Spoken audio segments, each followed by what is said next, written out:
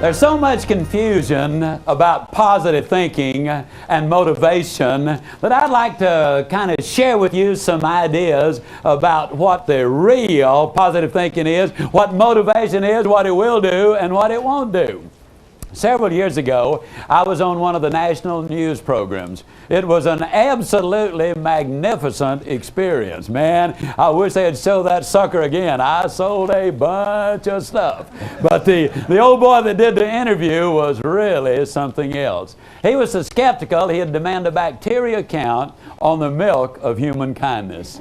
I honestly believe that he believes, really he's so cynical that he still thinks somebody pushed Humpty Dumpty. I mean, you have seen the kind. His opening statement to me, I mean, the first cracker out of the barrel after he had turned on the cameras, you know, he said, "Zig, you go all over the country talking about positive thinking, making money, going to the top." He said, "You're so positive, you think you could whip Muhammad Ali?" Well, folks, that's dumb, even though I fought in the ring 2 years. And it's a matter of record, just for your information, that the worst I ever finished was second. As a matter of fact, the only reason I quit was because of my hands. The referee kept stepping on them. No, I don't think I could whip Muhammad Ali. For that matter, I don't even think I could take your appendix out, sir, and have you live. But I tell you what, I'll bet you. I'll bet if you and I were on a desert island 1,000 miles from everybody else, and all of a sudden you said, "Oh, my side hurts," and I'd say, "Let me see." Put my hand on your side, it's burning up with fever. I'd say, "Man, you got appendicitis," but that's no big deal. I've been watching a lot of television recently, seen no less than a dozen doctor shows in the last month alone, and they were all specializing in appendectomies. I watched them real good. It is not a difficult operation. As a matter of fact, I brought me some good sharp knives with me, got some good powerful germ-killing medicines. And you know me, I'm so optimistic I'd go after Moby Dick in a rowboat and take the tartar sauce with me. Man, I believe we're going to be able to get them out of there. Now, I believe that you would prefer that I took that approach instead of looking at you and saying, "Man, you're going to die." And the reality is, ladies and gentlemen, that the first approach would give him an infinitely better chance of surviving than would the second one. But let me lay it on the line because this is so important. I get upset with these highly motivated, very sincere, completely in their own mind, honest individuals who will stand up and tell somebody else, "Man, with positive thinking, you can just do anything." And ladies and gentlemen, that simply is not so. How many of you recognize the name Magic Johnson? Can I see your hands? Okay. Magic Johnson is a highly motivated, very enthusiastic, extraordinarily skillful basketball player. He is 6 feet 9 inches, 245 pounds of highly skilled athlete. He's a positive thinker. He's highly motivated. He's really turned on. But I'm here to tell you that despite all of his success as a basketball player, I'm completely convinced that Magic Johnson would be a total and complete failure as a jockey. How many of you would agree with that assessment? All right. Refrigerator Perry just flat couldn't cut it in ballet. I mean, he just could not. Now, I'm a positive thinker. But if you were facing major surgery, I would not recommend me to perform the operation. No, I want to make it absolutely clear that positive thinking won't let you do anything, but it will let you do everything better than negative thinking will. Can you buy that idea? Would you agree that positive thinking won't let you do anything, but it will let you do everything better than negative thinking will? And my friend, that is good enough. Let me tell you what positive thinking will do. Positive thinking will permit you to use the qualities which you have. And when you use the qualities which you have, my friend, you can get the things in life that you really want. Motivation. What is motivation anyhow? Many times the media asks me the question. They say to me, "Zig, you go around and you're going to be talking to these people. You got this 4-hour seminar, and in this seminar, you're going to keep them all of that time. Let me ask you, are you going to get them excited? And I say, well, those folks are already excited, okay? You're going to get them excited even more so. And I said, yeah, they sure hope so. They bought a ticket and they want it to be a good investment. Okay, where will they be a month from now, a year from now? You know what they're really asking me? They are asking me, is motivation permanent? And the answer, ladies and gentlemen, emphatically not. Motivation is not permanent. But then neither is bathing, is it? But does that mean I'm opposed to bathing? Or does that mean I want to do it every day? I want to do it every day. And motivation is in exactly the same category. You need it every day of your life. Why? Because there's a lot of stinking thinking going around, and that's what messes your mind up. I want to show you what I believe motivation is. If you will look very carefully, you can see this grid, and you will notice, ladies and gentlemen, that it has a simple question: how many squares do you see? The average person immediately said, well, I see 16 squares there, and there are 16, but if you will look a little more carefully, you will see that the entire figure is a square, so that makes it 17. And then right in the very center, there's another square that makes it 18. But notice this, right here is another square that makes it 19. Here's another one that makes it 20. Here's another one that makes it 21. And here's another one that makes it 22. But follow me now, because right here is another square that makes it 23. Here is another one that's 24. Here is another one that's 25. And here is another one that brings it to 26. But watch this. Come across 3 and down 3 and across 3 and up, and there's one that makes it 27. Here's yet another one that's 28. Here is another one that's 29. And ladies and gentlemen, there is another one. That means there literally are 30 squares there. Now I want to ask you a question. And I'm not trying to trick you with this, but I do tell folks I'm kind of like a cross-eyed discus thrower. I don't set any records, but man, I keep the crowd alert, okay?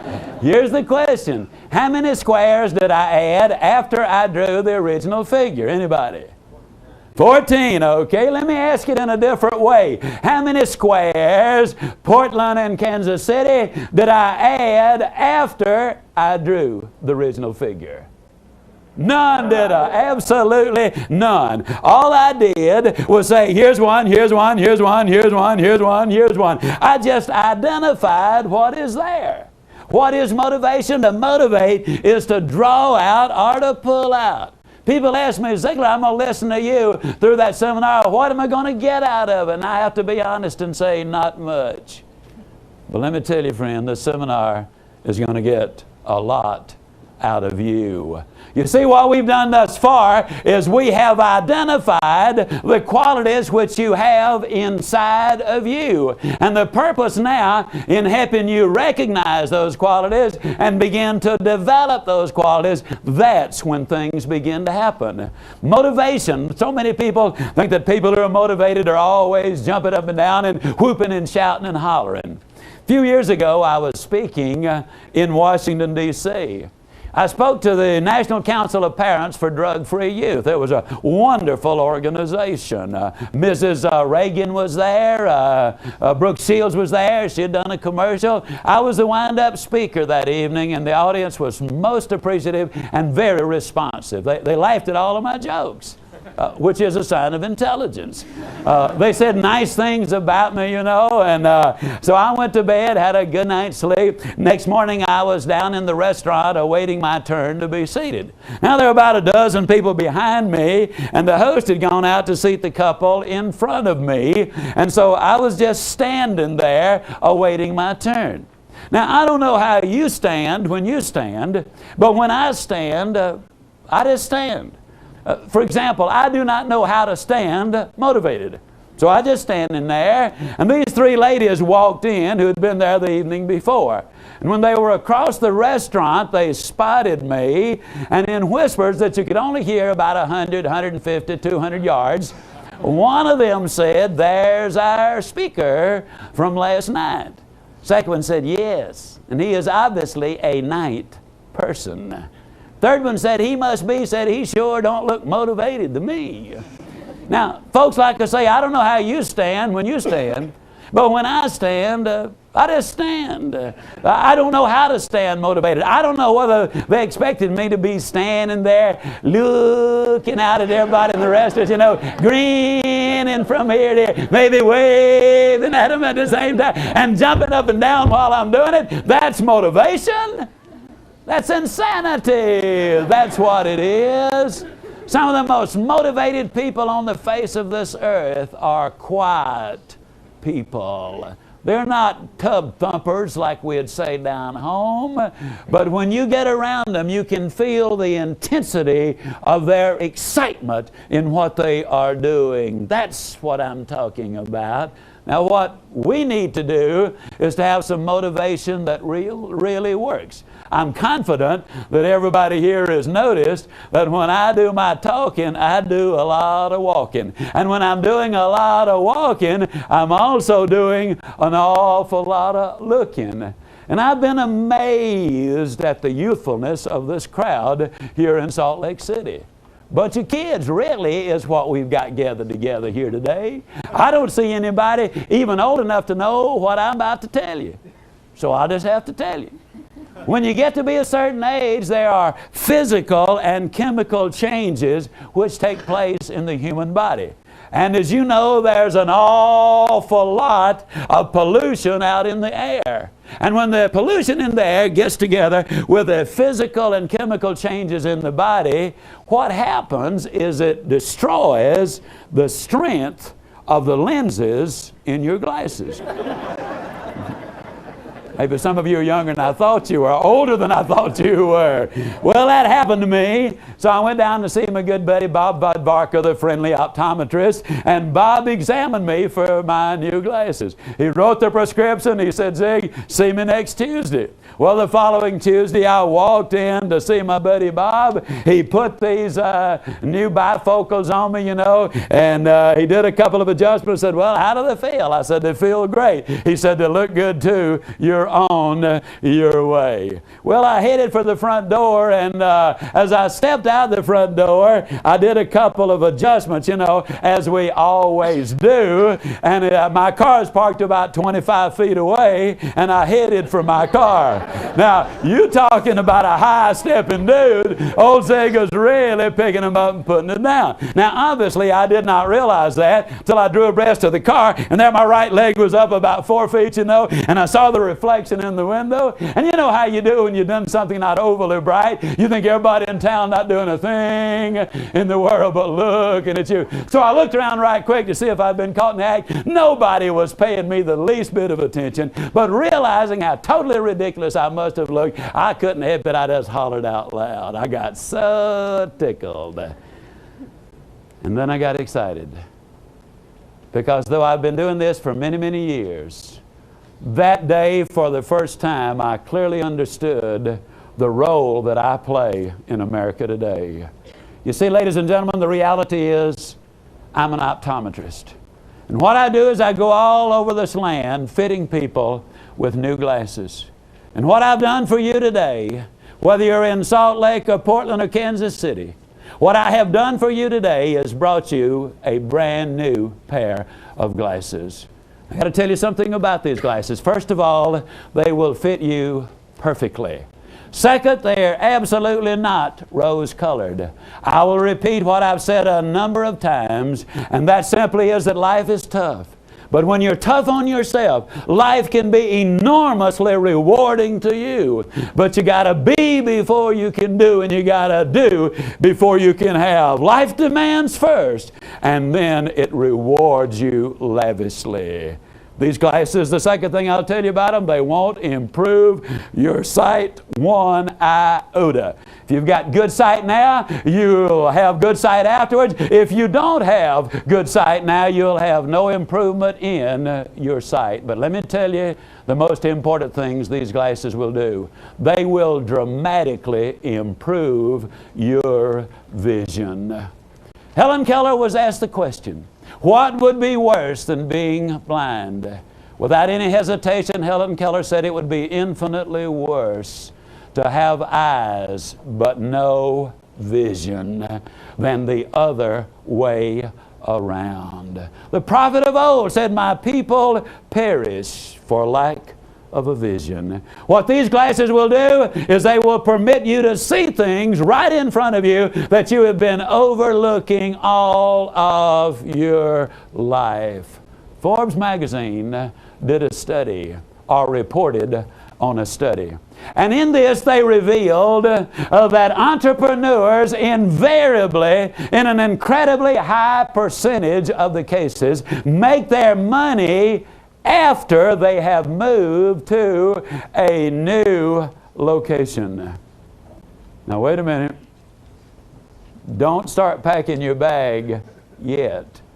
What they discovered was this. Many of those people made their money when they moved from Salt Lake City to Portland.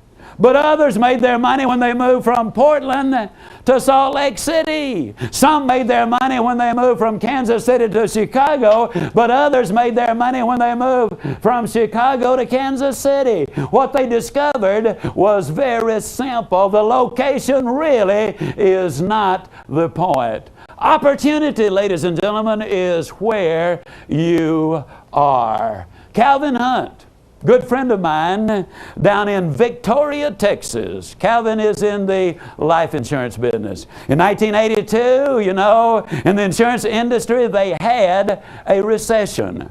As most of you know, the media has accurately predicted 28 of the last 2 recessions. Well, Calvin Hunt said to me, Zig, in the insurance business today, when we have a recession, our business drops about 10%. I mean, it goes down that much. But 50% of all of the agents either quit or quit trying.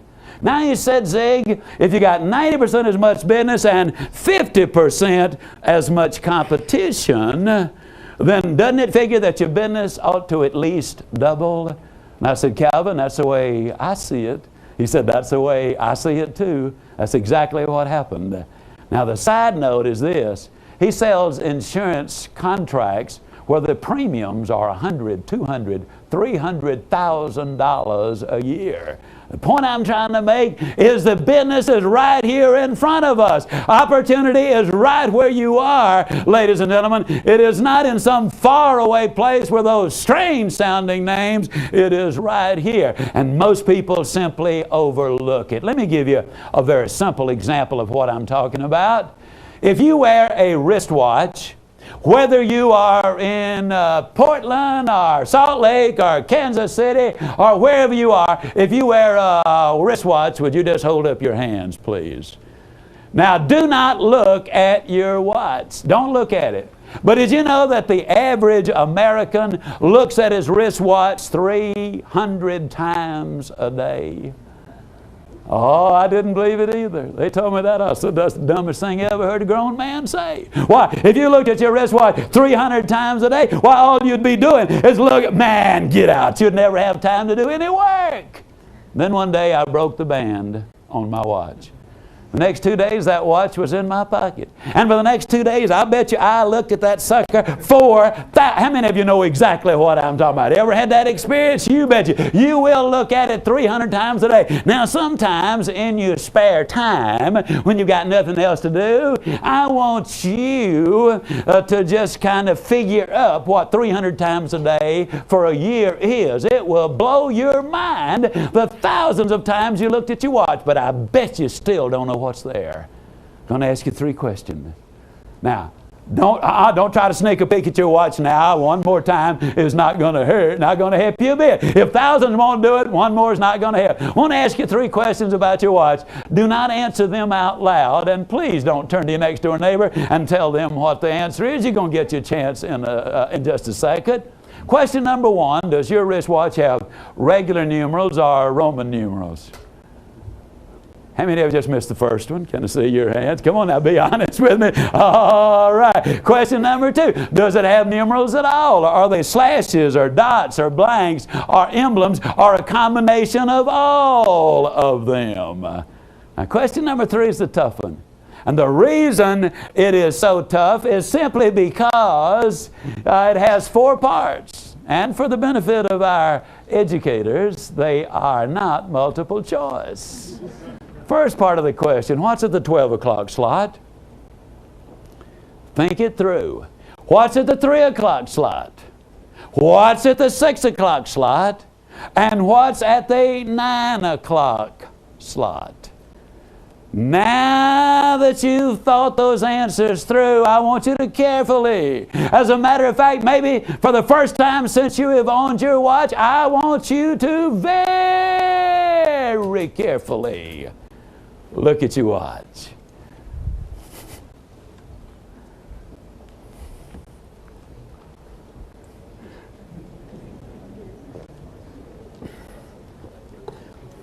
Now, I can't always interpret murmurs and giggles and all those kind of good things. And I certainly couldn't hear it from Portland and Salt Lake City. I mean, from Portland and Kansas City. But for those of you who are right here, how many of you missed at least one of the questions? Can I see your hand? Boy, about everybody's got their hand up. Now, how many of you remember just a few seconds ago when I said, now I want you to carefully, as a matter of fact, maybe for the first time since you've owned your watch, I want you to very carefully look at your watch. How many of you remember me saying that a few seconds ago? Okay, what time is it? Truth is, ladies and gentlemen, we have eyes to see, but see not. We have ears to hear, but hear not. We have hands to feel, and we feel not. We've got everything there in front of us, opportunity galore, and if we cannot even identify what's on our watch, doesn't it make sense that we need to open our eyes, adjust these magnificent new glasses you're being fitted with, and look around you and see what is there? Yes, this pair of glasses will let you see opportunity. But they do a whole lot more than that. This pair of glasses, ladies and gentlemen, will give you the proper look at other people. And the reason that is so tremendously important is because we have more happiness or more misery because of relationships than any other single factor. Good relationships bring happiness. Poor relationships bring incredible misery. And the way you look at people is so important because you treat people like you see them, and the way you treat them determines what the relationship is going to be. This pair of glasses will let you see people properly. Andrew Carnegie was the first great industrialist that our society produced. At one time, he had 43 millionaires working for him. This was over 100 years ago. Now, 100 years ago, a millionaire was somebody with money. I mean, they were flat rich. A reporter heard of this phenomenal fact. He went to Mr. Carnegie and he said, Mr. Carnegie, how on earth did you manage to hire 43 millionaires? And Andrew Carnegie said, well, when I hired them, none of them were millionaires. Then the obvious question comes forth, and that question is, what on earth did you do to develop them to the degree that they became so valuable to you that you were able to pay them enough money that they became millionaires?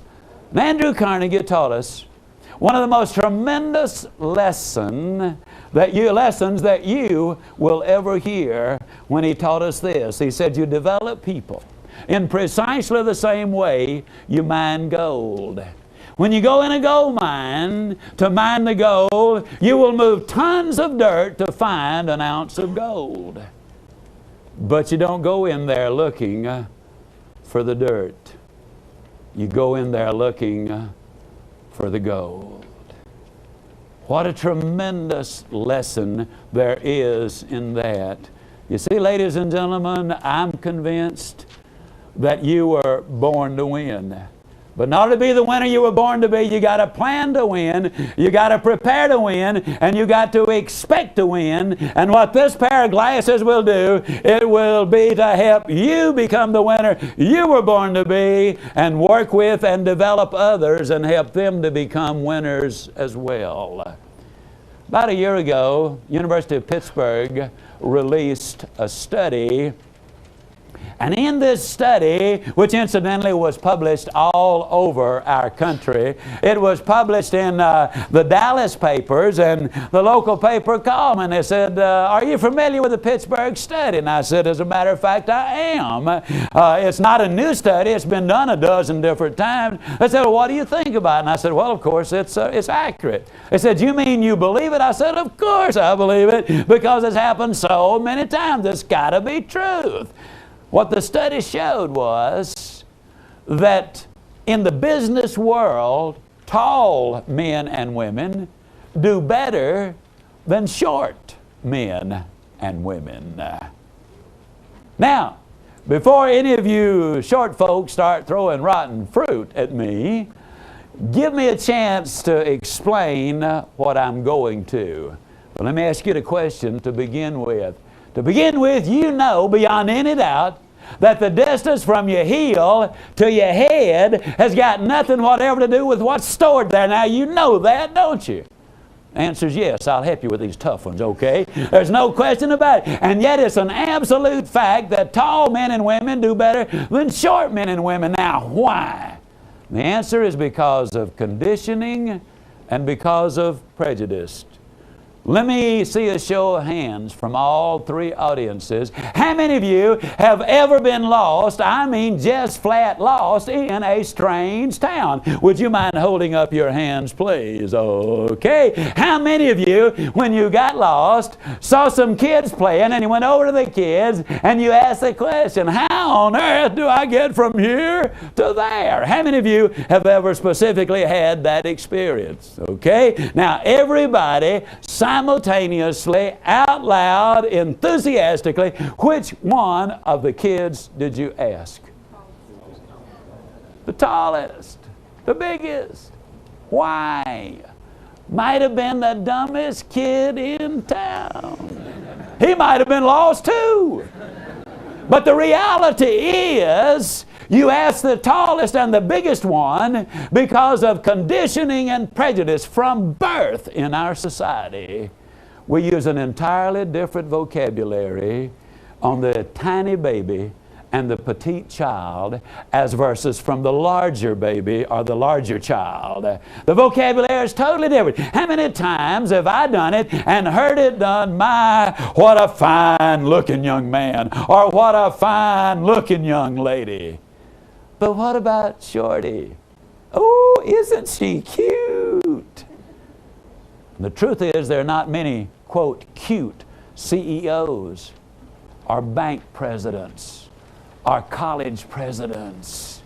I noticed something with enormous excitement. When you started giving me these qualities, I did not hear a single one of you say, I want somebody who is 6 feet 1 inches tall, or I want somebody who is handsome or beautiful. What you did say is, I want somebody with the qualities that will make a difference in my organization. These are the things that you identified, and rightly so. These are the things we can do something about. So how do we handle? Well, the first thing we do is we start teaching these qualities. The second thing we do is we listen to the lesson of Oliver Wendell Holmes. Oliver Wendell Holmes was an absolutely remarkable man. He was a brilliant inventor, outstanding jurist, remarkable writer, 5 feet tall. One day somebody asked him, Judge Holmes, how does it feel to always be in the company of men and women who are so much bigger and taller than you are? And Judge Holmes had a tremendous sense of humor, which is one of the qualities you identified as being important in a person's life. Judge Holmes looked at that person with a grin on his face and he said, well, I feel like I imagine a dime must feel when it's thrown in with a whole bunch of nickels. Half as big, worth twice as much. Let me tell you what gives people value. Let me tell you what are the keys to success that will move you up. These are the ones you have identified them right along because they paint the picture of you. And the picture of you is so important. Dr. Joyce Brothers was 100% right when she said that you cannot consistently perform in a manner which is inconsistent with the way you see yourself. Ben Hooper could tell you about that. When Ben was born many, many years ago, he was really in a difficult situation. You see, his mother was not married. And in that day and age, they said some terribly ugly things about the child who obviously had nothing whatever to do with his birth. The kids were mean and ugly to him. The adults were mean and ugly to him. And when he went into school, the kids ostracized him. Many of the parents said, what on earth is a boy like that doing here at school? At recess, he studied at his desk. At lunch, he went off and ate it by himself. On Saturday, when his mother took him into town, the adults gave those disapproving comments and glares. It was tough. Then one day, a new young preacher moved into that little community in the hills of Tennessee. And Ben Hooper started hearing about him. One Sunday, he went down to the church. After it had started, he kind of sneaked in the back, quietly took a seat, and he ran out before the services ended. But he liked it. And the next Sunday, he was back, and the next. But each Sunday, he would arrive late and leave early. But then one Sunday, he got so carried away with it that he was still seated when suddenly the services had ended, and he was surrounded by people. The young preacher was there, and the next thing Ben Hooper knew was when he felt those hands on his shoulder. And he turned around and was looking into the eyes of the preacher. The preacher looked at him and he said, whose boy are you? Which family are you from? There was a tense moment of silence. Then a big smile crossed the preacher's face. He said, oh, I know the family you belong to. The resemblance is unmistakable. You're a member of the family of God. That's quite an inheritance, boy. He swatted him across the rear lovingly and said, go and live up to your inheritance. Ben Hooper later said that that was the day he was elected governor of the state of Tennessee and re-elected later. That picture you have of yourself, you were born to win. Not who the parents are, but what you do yourself in recognizing what you've got. Emerson was 100% right when he said that what lies behind you and what lies before you pales in significance when compared to what lies within you. St. Augustine in 399 AD expressed it this way, and I paraphrase him. He said, man travels hundreds of miles to gaze at the broad expanse of the ocean. He looks with awe at the heavens above. He looks in amazement and wonderment at the fields and the mountains and the rivers and the streams. And then he passes himself by without a thought. God's most amazing creation.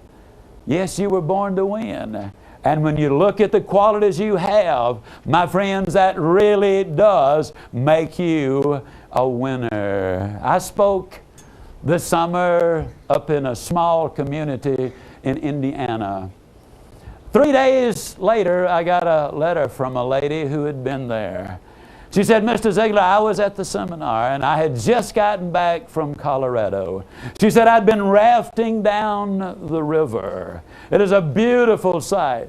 At night, I had been backpacking and I would camp on the highest hill that I could reach. And she said, as I would stand there and look at the grandeur of the universe, the beauty of the mountains, as I would look at the sunrise in the morning and watch it set in the evening, a feeling of absolute despair really encompassed me. She said, I felt so little and so insignificant. Then you quoted St. Augustine, and we pass ourselves by without a thought. Thank you, Mr. Ziegler. She said, I was contemplating suicide. I look forward to the future now. You see, the truth is, ladies and gentlemen, inside of us there is so much. Man was designed for accomplishment. He's engineered for success. He's endowed with the seeds of greatness.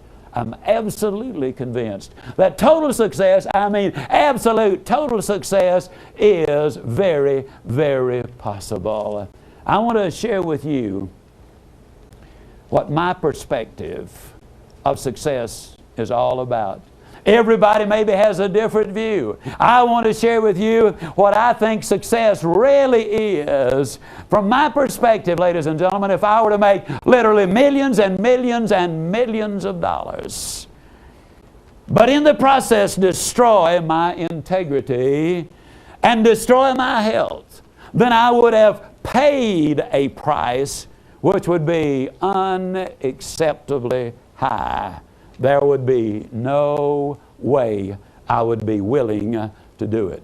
If I were to go all the way to the top, become the best in the whole world in this profession, and then one day have one of my children come to me, I have 4 grown children, had one of my children come to me and said, you know, Dad, it would have meant so much to me when I was a youngster growing up if I ever could have known you as my father.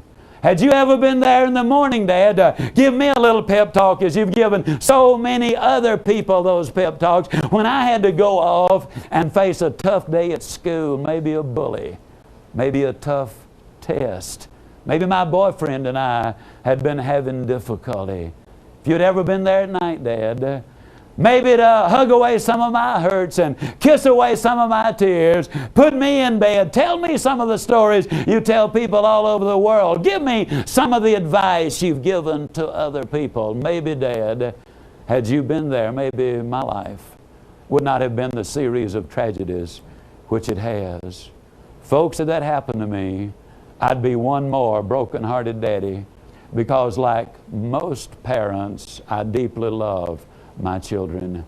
I'm just so grateful that I was able to dedicate raising positive kids in a negative world to my 4 as being the most positive kids that I know anywhere.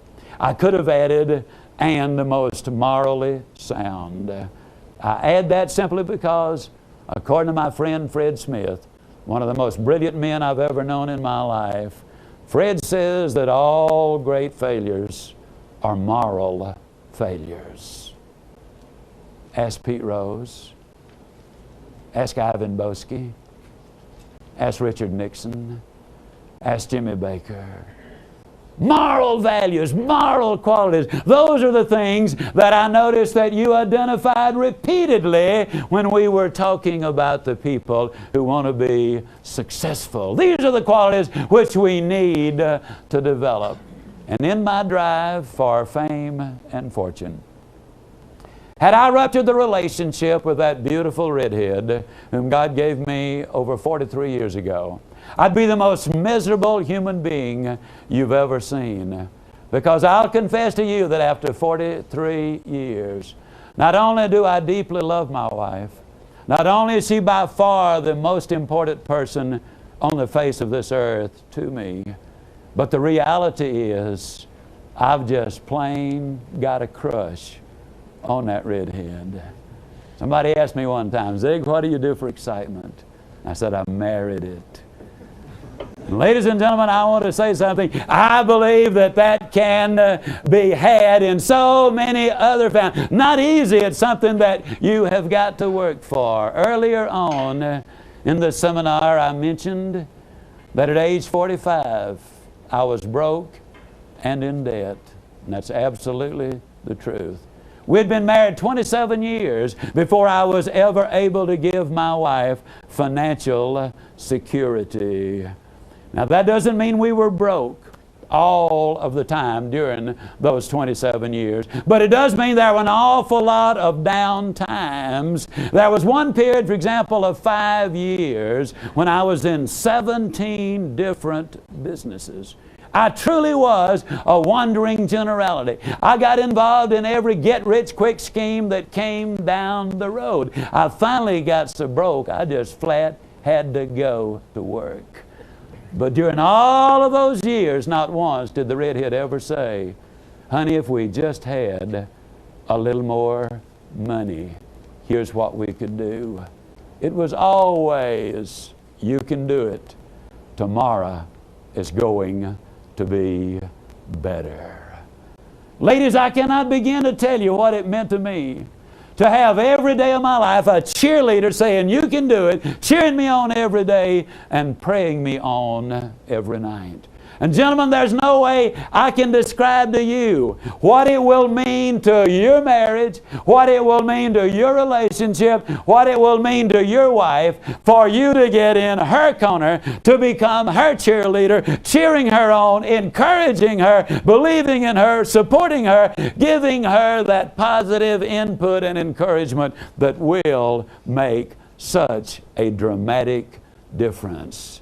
Yes, indeed. The beautiful thing about this pair of glasses is the fact that it will let you see your mate in the proper perspective.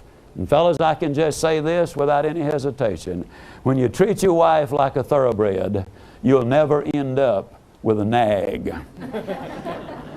And ladies, I can say this to you, that when you treat your husband like a champ, you will never end up with a chump. But I also will say this to you, that you got to see them like a champ, you got to see them like a thoroughbred before you treat them that way. And that's the purpose of this pair of glasses. Now, how are you going to do all of those things? I'm going to give you one step right now that I will say to you without any fear of error, that if you will do this, and it will take you about 5 minutes a day, that within 30 days you will begin to experience a dramatic difference in every single aspect of your life. Remember, we want to be happy and healthy and reasonably prosperous and secure. We want to have friends and peace of mind, and if we have a family, we want good family relationships. This one simple step, which will take you about 5 minutes a day, will make a difference. Here's what I want you to do. Tonight when you get home, I want you to take the list of qualities which you have written down. And you can add a number of other qualities which you also have.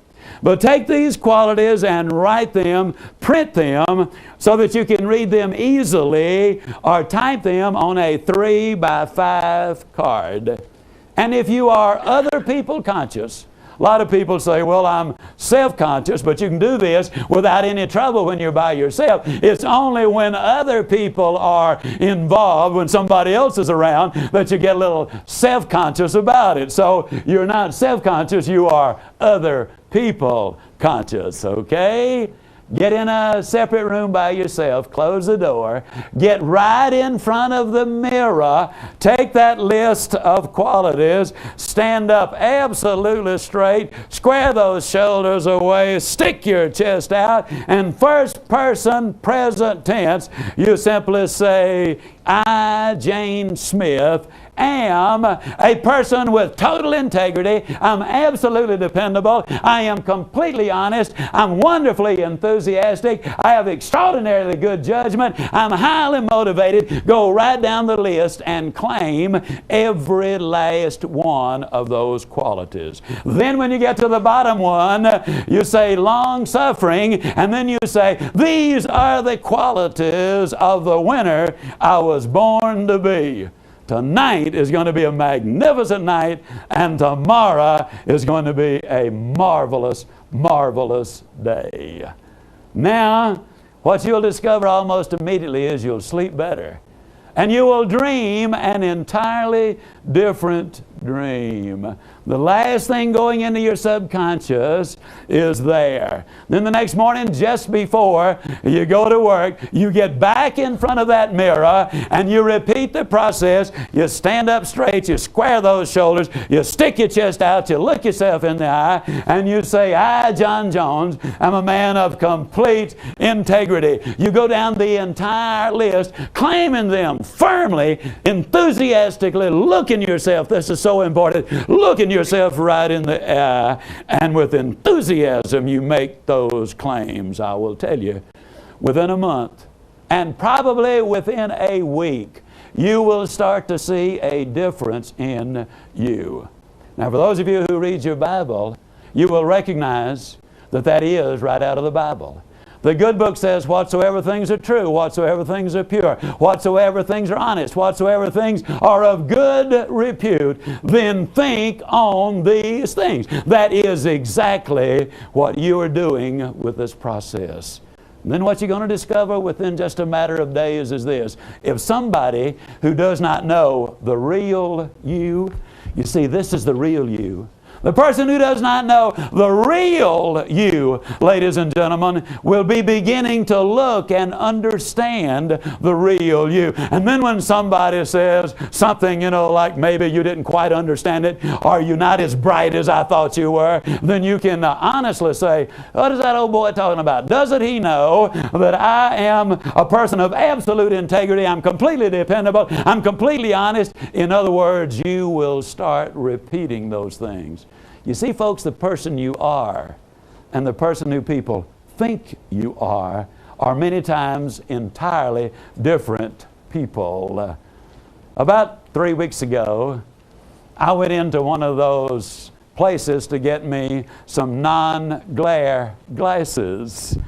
And when I walked in with the redhead, the young man came up to me and he said, may I help you? And I said, yes, I need some of those glare-proof glasses. He said, are you a photographer? And I said, no, I'm not. He said, well, what are you using them for? I said, well, I'm going to be doing a television shoot, filming, and I need non-glare glasses. He said, are you a producer? I said, no, I'm a speaker. He said, well, what do you speak on? And I said, well, motivation, inspiration, personal growth, goal setting, that kind of thing. He said, oh, kind of like Zig Ziglar.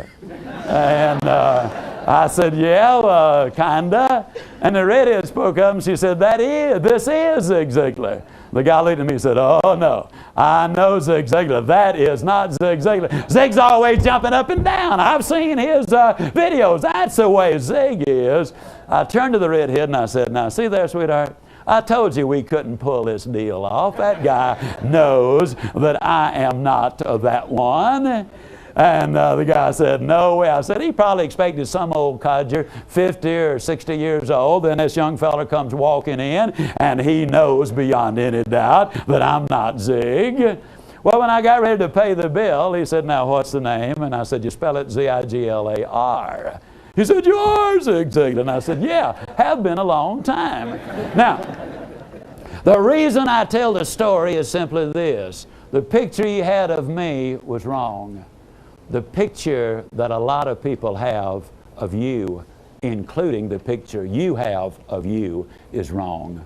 We're bringing you into focus. We're letting you look at the real you. And the real you is absolutely incredible. December, I was over in Atlanta, Georgia. When the seminar was over, a lady seated in the second row along with her husband came up to me. She said, Mr. Ziglar, my name is Jan McBaron. This is my husband, Duke. I'm the one who wrote you the letter. And I said, yes, Jan, it's a delight to meet you. She said, I just wanted to elaborate on what I said in the letter. She said, like you, I weighed well over 200 pounds for a long time. And as you can see, I am no longer overweight. And obviously it was true, she was not. She said, unlike you, I smoked from 2 to 3 packs of cigarettes a day, and I no longer smoke. She said, I really drank a little too much, and I no longer drank. My self-image was absolutely at rock bottom. I'd been a nurse for 8 years, and I loved being a nurse. But I started hearing you when you said, if you don't like who you are and where you are, don't worry about it. You're not stuck with who you are and where you are. You can grow. You can change. I heard you when you said it would be tough, but that the rewards would be absolutely magnificent. I heard you say that when you're tough on yourself, life is going to be wonderfully better to you. I heard you when you quoted Dr. Joyce Brothers that you cannot consistently perform in a manner which is inconsistent with the way you see yourself. I heard you when you said that repetition is the mother of learning, the father of action, and the architect of accomplishment. I listened carefully. Let me reintroduce myself, Mr. Ziglar. I'm Jan McBaron, MD. I'm one of 6 women in America who has their specialty in bariatrics, weight management, weight control. She said, I worked my way through medical school as a full-time nurse. And oh yeah, Mr. Ziglar, I like me lots better. Thank you very much. Folks, you're not stuck with where you are. You can grow. You can change. If I were, at this moment, to say to you there is a course available which will teach you specifically how to develop all of those qualities, I dare say many of you in your own mind would say, I would give thousands and thousands and thousands of dollars for it. Well, ladies and gentlemen, at age 45, I was broke and in debt. The last 18 years, I've spent an average of 2 hours a day in developing the concepts and the ideas. We present them to you in a course. The title of it is How to Stay Motivated. This particular course has 12 cassettes. Now what we've done is we've extended their length. Each one of them is 90 minutes in length. That's 8